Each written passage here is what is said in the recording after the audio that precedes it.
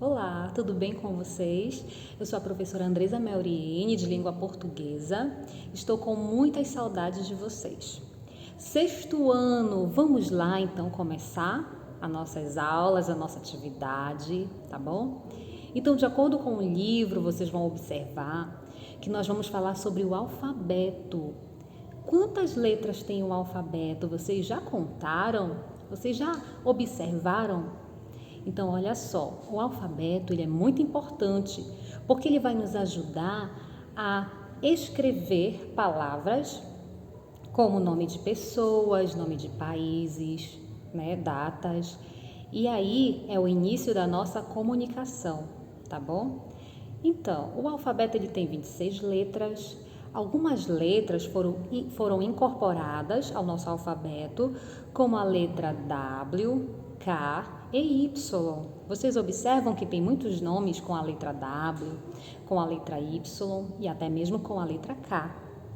Então, agora nós vamos observar também que nós temos as letras maiúsculas, as letras minúsculas. Para quê, Então, cada palavra nós vamos classificando conforme a sua categoria. Então, algumas palavras que nós escrevemos com letra maiúsculas são palavras que são nomes próprios, nome de países, como nós já falamos, para marcar a palavra. E algumas palavras nós escrevemos com letra minúscula. Por quê? Porque elas não são da categoria das palavras com letras maiúsculas. Então, nós escrevemos com letras minúsculas as demais palavras, Então, é importante eu lembrar quais as palavras que eu devo escrever com letra maiúscula. E prestar atenção, sempre no início de frase, eu uso palavras com letras maiúsculas, sempre ao iniciar. Então, algumas palavras eu preciso demarcar que eu vou escrever com letra maiúscula. Por exemplo, nomes próprios. Nomes próprios é muito importante eu lembrar que eu preciso escrever com letra maiúscula, Nome de lugares, de países, Nome de órgãos públicos. Então, é importante eu lembrar disso, tá bom? Agora, se você observar no seu livro, da página 8 em diante, nós vamos falar sobre palavras, sobre o alfabeto e também você vai responder os seus exercícios que estão no livro, tá bom? Então, você vai começar lendo sobre palavras para que eu te quero. Então, as palavras, elas são muito importantes. Então, da página 9 em diante, você vai observar que vai vir alguns textos que você vai precisar ler para fazer a interpretação. Temos algumas perguntinhas dos textos e você vai responder, tá bom? Ao final desses exercícios, a gente vai complementar com outro estudo linguístico, tá bom? Então, só relembrando, o primeiro estudo linguístico é sobre o alfabeto, é sobre palavras. E depois nós vamos ver o segundo estudo linguístico. Esse nós temos que prestar um pouquinho mais de atenção, tá bom? Continuando então, a partir da página 25 do seu livro, você vai observar que nós temos um outro estudo linguístico. O que é o estudo linguístico? É o estudo da gramática da língua portuguesa, tá bom? Então, na página 25, nós vamos ver tipos de frases. Depois que nós vimos o alfabeto, as letras que nos ajudam a escrever muitas palavras, tanto na língua portuguesa, tanto na língua inglesa, Nós podemos escrever várias palavras.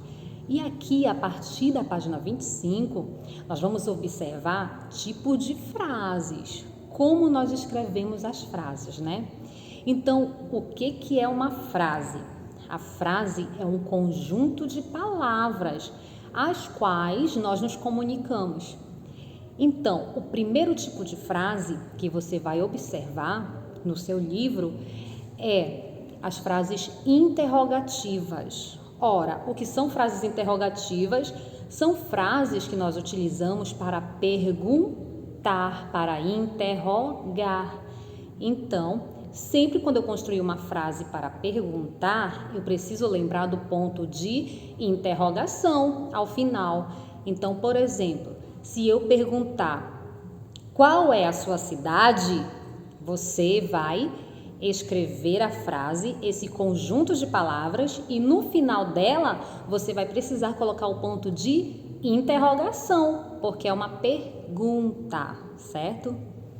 Outro tipo de frase que nós podemos também falar ou escrever, né? As imperativas. Ora, o que é imperar, né?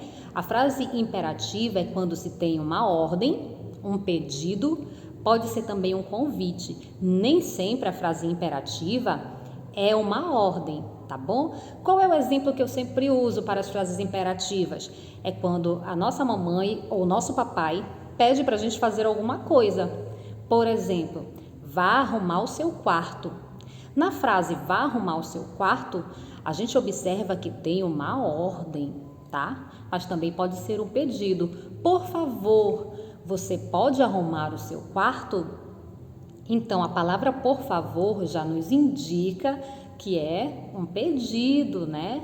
E por isso até utilizamos uma expressão de gentileza, né? Uma expressão bem bonita, por favor, que é o que nós devemos sempre usar, a palavra por favor, tá bom?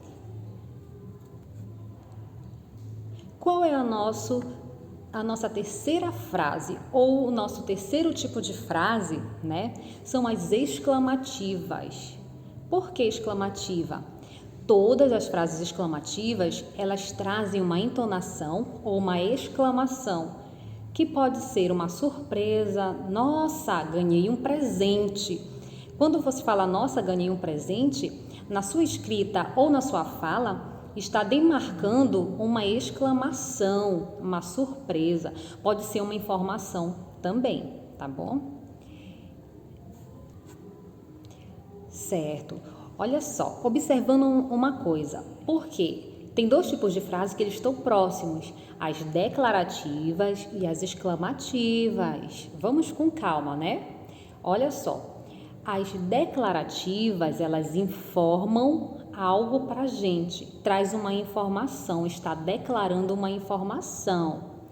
E as exclamativas, sim, elas trazem uma exclamação, uma expressão de surpresa, tá bom? Esses dois tipos de frases, eles são tão próximos, então são as declarativas, declaram ou informam alguma coisa pra gente, e tem a exclamativa. A exclamativa, ela vai nos trazer uma surpresa, uma intenção de surpresa, tá bom? Espero que vocês tenham entendido, tá?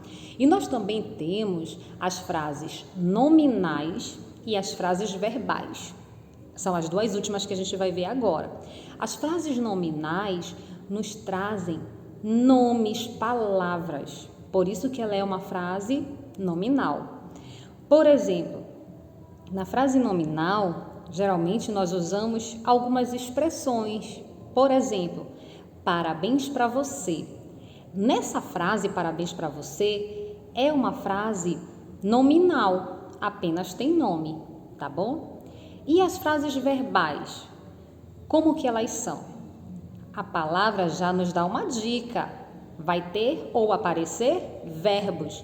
As frases verbais, elas têm verbos, por exemplo, estou estudando língua portuguesa. A palavra estou é o verbo estar, né? Que está no passado ou no presente. Estou, né? Estudando língua portuguesa. Então, esta frase é uma frase verbal porque nós temos um verbo, certo?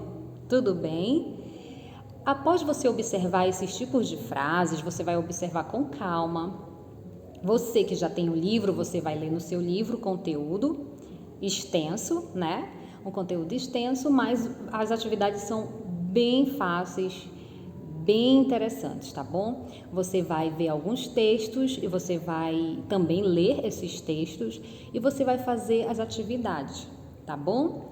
Eu espero ter esclarecido um pouquinho para vocês sobre algumas formas de comunicação e também sobre tipos de frases que nós vamos precisar estudar bastante, tá bom? Até a próxima, fiquem com Deus e se cuidem, tá bom?